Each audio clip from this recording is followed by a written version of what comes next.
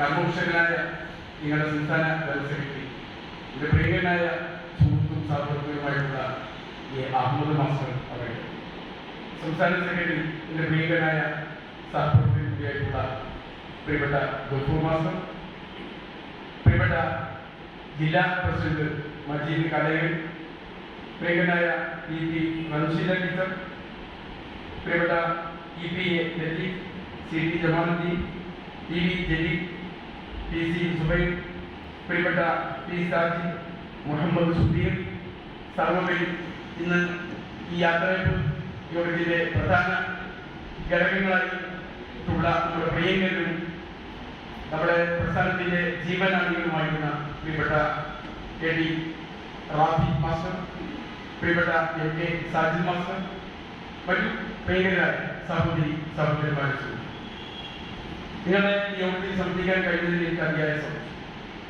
ഞാൻ കുറച്ച് വൈകിപ്പോയി. ഞാൻ വൈകിട്ടില്ല, ഞാൻ വൈകിയെത്തുള്ളൂ എന്ന് ഗഫൂർ മാസ്റ്റർ പറഞ്ഞു. കാരണം ഇങ്ങനെ ഒരു പരിപാടി എത്തിച്ചപ്പോൾ തന്നെ അതിന് മുമ്പ് ഉള്ള ചില ചടങ്ങുകൾ പരിപാടികളിലും എത്തി ഇവിടേക്ക് എപ്പോൾ എത്തും എന്നുള്ളൊരു ആശങ്കയുണ്ടായി. അതുകൊണ്ട് എന്നോട് നിങ്ങൾ പ്രയാസം തോന്നിയിട്ടുണ്ടെങ്കിൽ എന്നോട് ക്ഷമിക്കണം എന്ന് ഞാൻ പ്രത്യേകം അറിയിക്കാൻ ആഗ്രഹിക്കാം. ഞാൻ ബോധപൂർവമായി വൈകിയതല്ല. നമ്മുടെ ഇവിടെ വെച്ച് നിങ്ങൾ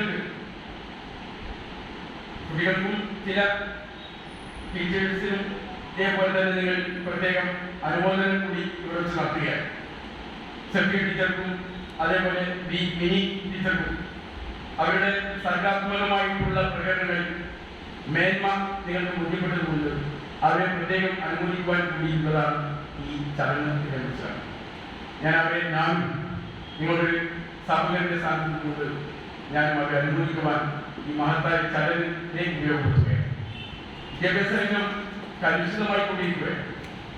രംഗത്തെ കുറിച്ച് ഞാൻ നിങ്ങളെ പറഞ്ഞ് ബോധ്യപ്പെടുത്തേണ്ടതില്ല. ശരിക്കും ബോധ്യമുള്ളവരാണല്ലോ നിങ്ങൾ. മാത്രമല്ല ഇവിടുത്തെ പ്രശ്നങ്ങൾ അങ്ങനെയൊക്കെ ബോധ്യപ്പെടുത്തേണ്ട ബാധ്യസ്ഥരായിട്ടുള്ള ആളുകളുമാണ് നിങ്ങളൊക്കെ. അപ്പൊ അവസാനത്തെ 2 ദിവസം മുമ്പത്തെ പത്രക്കുറിപ്പ് അനുസരിച്ച് നിങ്ങളൊക്കെ വളരെയേറെ കഷ്ടപ്പെട്ട് നമ്മുടെ മക്കളെ വളരെയേറെ വിദ്യാസമ്പന്നരാക്കി പരീക്ഷ എഴുതി, പ്രതികൂലമായ സാഹചര്യത്തിലും പരീക്ഷ എഴുതി ശ്രദ്ധേയമായ തിളക്കമാർന്ന ഉന്നതമായ വിജയം നേടി പുറത്തു വന്ന 10-38,000 കുട്ടികൾക്ക് നമ്മുടെ ജില്ലയിൽ തുടർ പഠനത്തിന് സാധ്യത കമ്മിയാണ് എന്ന വിഷയം നമ്മളെല്ലാം ബോധ്യപ്പെടുത്തിയതാണ്.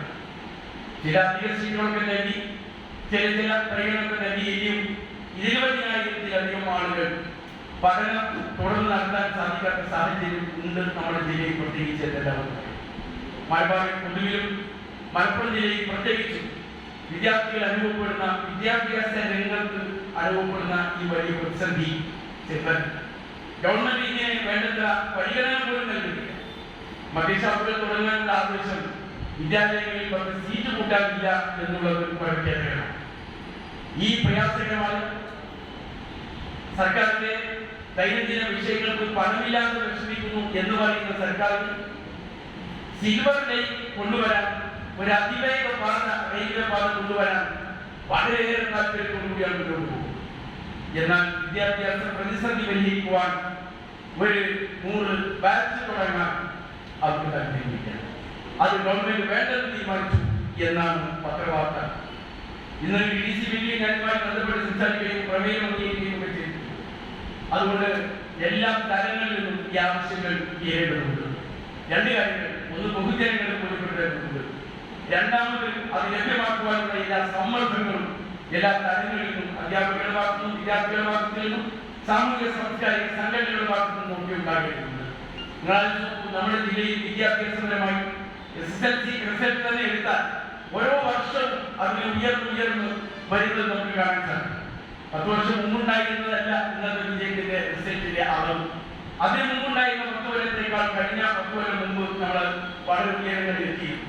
ഒരു കാലത്ത് 10% പോലും വിജയ ശതമാനം ഇല്ലാത്ത സ്കൂളുകൾ അനവധി നമ്മുടെ ജില്ലയിലുണ്ടായി. 100% തോൽവിയുണ്ടായ സ്കൂളുകൾ 2-3 തവണ തോൽവി 100% ഏൽക്കേണ്ടി വന്ന ചെറിയകുളം ഹൈസ്കൂൾ. ഞാൻ ആ പേര് പറയുമ്പോൾ അവർക്ക് പ്രയാസപ്പെടുത്താനും വരെ പറയാം. കരുവാരക്കുണ്ടിലെ ഹൈസ്കൂളുണ്ട്. അതിൽ നിന്നും മാറി ഇന്ന് ഈ ചെറിയകുളം ഹൈസ്കൂൾ ഫസ്റ്റ് റൗണ്ടിൽ തന്നെ ആദ്യ റിസൾട്ട് വന്നപ്പോൾ തന്നെ 100% ജയിച്ചു. എന്ന പേടിയുള്ള സ്കൂളായി ആ കരിക്കുലം മാറി. എന്ന് വെച്ചാൽ നമ്മുടെ തലങ്ങളിൽ, പ്രാദേശിക തലങ്ങളിൽ, ഗ്രാമീണ തലങ്ങളിൽ ജനങ്ങൾക്ക് വിദ്യാഭ്യാസത്തിനോടുള്ള ആ താല്പര്യം അത് മക്കളിലൂടെ നമുക്ക് ബോധ്യപ്പെട്ടു എന്നുള്ളതാണ് വസ്തുത. അതുകൊണ്ടാണ് ഈ പ്രതിസന്ധി ഘട്ടത്തിലും നമ്മൾ കുട്ടികൾ ഈ ഒരു വലിയ വിജയം നേടി നമ്മുടെ മുമ്പിൽ പ്രസന്നമായ മുഖത്തോടുകൂടി ആവാഹന പ്രദേശങ്ങളിൽ നമ്മുടെ മക്കളെ നമ്മൾ കാണുന്നു. അതുകൊണ്ട് ആ മക്കളുടെ തുടർ പഠനം മുടങ്ങിക്കൂടാ. അതുകൊണ്ട് അതിന് വേണ്ട എല്ലാ ശ്രമങ്ങളും നമുക്ക് നടത്തേണ്ടതുണ്ട്. വേണമെങ്കിൽ ഒരു സമാന്തര സംവിധാനം തന്നെ നടത്താൻ പറ്റുമോ എന്നുള്ളതിനെ കുറിച്ച് KSTU ആലോചിക്കണം എന്നാണ് എനിക്ക് പറയുന്നത്.